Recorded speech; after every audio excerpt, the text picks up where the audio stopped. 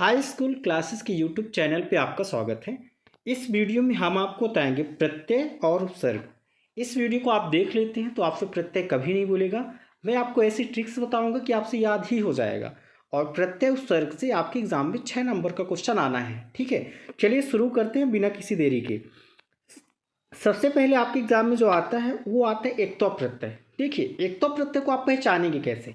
आपके एग्जाम में दिया होगा पठित्व है, ठीक है, इसमें कौन सा प्रत्यय है, गत्वा में कौन सा प्रत्यय है। तो बेटा आपको यदि लास्ट में त्वा लिखा दिख जाए, याद रखिएगा क्या लिखा दिख जाए, त्वा, मतलब वहाँ पे आपका एक त्वा प्रत्यय है। ठीक है, और इसका अर्थ क्या होता है, कोई काम करके, जैसे पठ धातु में एक तो प्रत्यय लग गया तो क्या हो जाएगा, पढ़कर। गम धातु में एक तो प्रत्यय लग गया तो क्या हो जाएगा, गत्वा मतलब जाकर। ठीक है, पत धातु में एक तो लग गया मतलब गिरकर, पत मतलब होता है गिरना।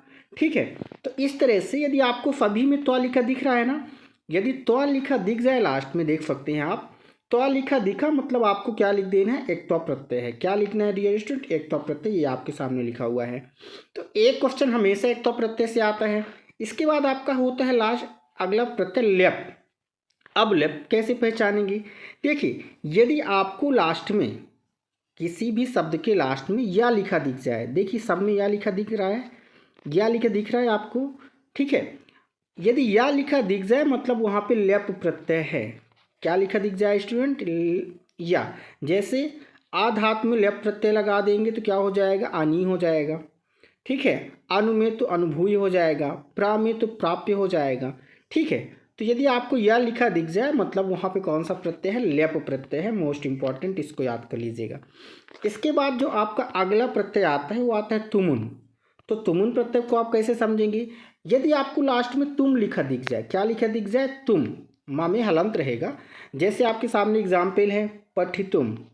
ठीक है, क्या एग्जाम्पल है, पठितुम हो गया, गंतुम हो गया, पातुम हो गया, खादितुम हो गया, ज्ञातुम हो गया। सब में आप देख सकते हैं लास्ट में तुम आ रहा है। यदि तुम लिखा दिख गया इसका मतलब कौन सा प्रत्यय होगा, तुमुन प्रत्यय होगा। ठीक है, आप देख सकते हैं तुमुन प्रत्यय कैसे पहचानेंगे, यदि आपको लास्ट में तुम लिखा दिख जाए मतलब वहाँ पे तुमुन प्रत्यय है। ठीक है, अगला प्रत्यय आपका जो हमेशा आता है श्रत। तो श्रत प्रत्यय क्या होता है, यदि आपको लास्ट में अन लिखा दिख जाए, जैसे पठन, गच्छन, भवन, पश्चन। ठीक है, आप देख सकते हैं सब में आपको लास्ट में अन लिखा दिख जाएगा। ठीक है, तो मैंने आपको बताया सबसे पहले कौन सा प्रत्यय, सबसे पहले मैंने आपको बताया एक त्वा, लास्ट में त्वा लिखा दिख जाए तो तो प्रत्यय होगा, लास्ट में या लिखा दिख जाए तो लेप प्रत्यय होगा, लास्ट में अन लिखा दिख जाए तो कौन सा प्रत्यय होगा, श्रत प्रत्यय होगा। ठीक है, जैसे आपके एग्जाम में आ जाएगा पठन, ठीक है, इतस्मिन धातु का प्रत्यय, तो आपको लिखना पड़ेगा श्रत प्रत्यय। ठीक है, अगला प्रश्न है सानच। अब इसी तरह सानच की भी ट्रिक होती है। यदि आपको लास्ट में मान लिखा दिख जाए, क्या दिख जाए डियर स्टूडेंट, मान, इसमें विसर्ग लगा रहेगा, तो आपको समझ जाना है कि यहाँ पे सानच प्रत्यय होगा। जैसे लभ में सानच प्रत्यय हो जाएगा तो लाभ माना, लभ माना। सेव में हो जाएगा तो सेव माना, मुद में हो जाएगा तो मोद माना, वर्ध में हो जाएगा वर्ध माना, व्रत में हो जाएगा तो वर्त माना। तो आप समझ गए होंगे, यदि आपको लास्ट में माना दिख जाए, माना मतलब कौन सा प्रत्यय, वहाँ पे हमेशा होगा फानस प्रत्यय। अगला होता है आपका एकत्वत प्रत्यय। ठीक है, और एक होता है एकत प्रत्यय। तो यदि एकत प्रत्यय आएगा मतलब आपको विसर्ग लिखा दिख जाएगा उस धातु में बस, जैसे गम में गता। ठीक है, और लास्ट में विसर्ग के पहले ताह करके आएगा, जैसे भूता। ठीक है, पठिता, गता, पीता, श्रुता, मतलब आपको लास्ट में यदि ताह लिखा दिख जाए मतलब वहाँ पे एकत प्रत्यय है। क्या लिखा दिख जाए डियर स्टूडेंट, ताह, मतलब वहाँ पे आपको समझ जाना है कि एकत प्रत्यय है। और उसके बाद आगे आपका एकत्वत। एकत्वत मतलब आपको सामने लास्ट में क्या लगा रहेगा, वान। क्या लगा रहेगा, वान। पठितवान, हसितवान, ठीक है, गतवान, ये सब आपके सामने किसके उदाहरण डियर स्टूडेंट, आप देख सकते हैं, गतवान, श्रुतवान, पीतवान, कृतवान, ये सब उदाहरण हैं एकत्वत प्रत्यय के। तो एकत्वत प्रत्यय में मान लगा, सॉरी वान लगा रहेगा, मान लगा है तो सानच, वान लगा है तो एकत्वत, याद रखिएगा। ठीक है, इसके बाद आता है आपका अनीय प्रत्यय। कौन सा प्रत्यय, अनीयर। तो समझिएगा अनीयर प्रत्यय में आप कैसे समझेंगे, अनीयर में आपका एक सेकंड, एक होता है आपका डियर स्टूडेंट तव्य प्रत्यय। कौन सा? तव्यत प्रत्यय। तो तव्यत प्रत्यय में आपको व्यह लिखा दिखेगा। क्या दिखेगा लास्ट में? व्यह। जैसे पठितव्य, गंतव्य, हसितव्य, रचितव्य, कर्तव्य, व्यह लिखा दिखे मतलब तव्यत प्रत्यय है। व्यह लिखा दिख जाए मतलब तव्यत प्रत्यय है। तो इस तरह से आपका हो गया। ठीक है। अब इसके बाद कुछ और प्रत्यय हैं जो आपके एग्जाम में आता है, जैसे एक तीन प्रत्यय हो गया। ठीक है। तो लास्ट में आपको यदि ति लिखा दिख जाए तो आपका एक तीन प्रत्यय हो जाएगा, जैसे कृति, भीति, स्तुति, भक्ति, मति। क्या लिखा दिख जाए?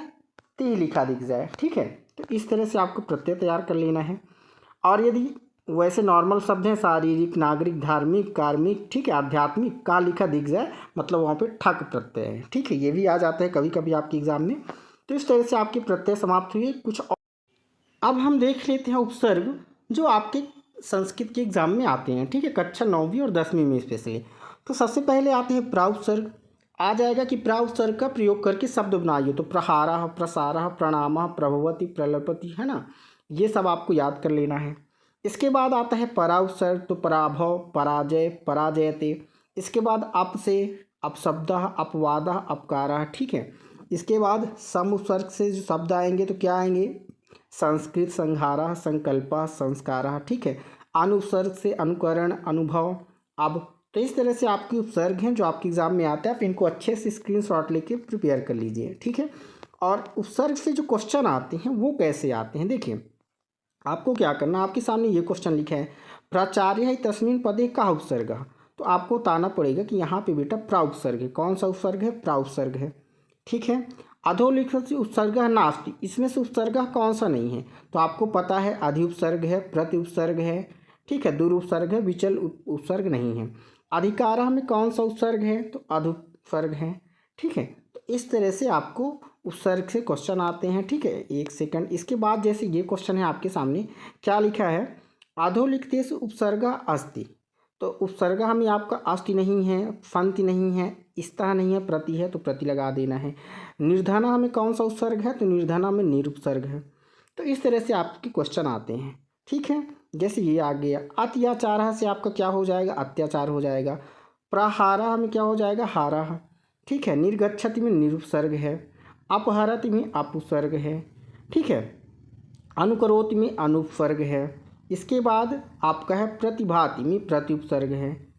उप और उपसर्ग है तो आपको उपसर्ग का एक उदाहरण बताना है, एक शब्द बताना है, तो उपागता हो जाएगा। ठीक है। तो डियर स्टूडेंट उपसर्ग देखिए 2022 में क्वेश्चन आया था, उपकरोति में कौन सा उपसर्ग है? तो आपका उप उपसर्ग है। अनुगच्छन में अनुपसर्ग है। ठीक है। तो उपसर्ग और प्रत्यय से जो प्रश्न आएंगे बहुत ही सरल आएंगे। ये देखिए दोनों प्रश्न आपके 2023 में आ चुके हैं, इनको भी देख लीजिएगा, मैंने आपको बता दिया। ठीक है। तो उपसर्ग और प्रत्यय से बहुत ही सरल प्रश्न आने वाले हैं, इनको आप जरूर अच्छे से तैयार कर लीजिएगा। एक बार इसका स्क्रीनशॉट लेके सारे उपसर्ग को पढ़ लीजिएगा। डेफिनेटली इस वीडियो से आपके एग्जाम में 5 से 6 नंबर का क्वेश्चन आएगा। मैंने आपको प्रत्यय और उपसर्ग समझा दिया। आई होप आपको समझ में आया होगा। चैनल पे पहली बार है तो चैनल को सब्सक्राइब करें और वीडियो को ज़्यादा से ज़्यादा शेयर करें। धन्यवाद।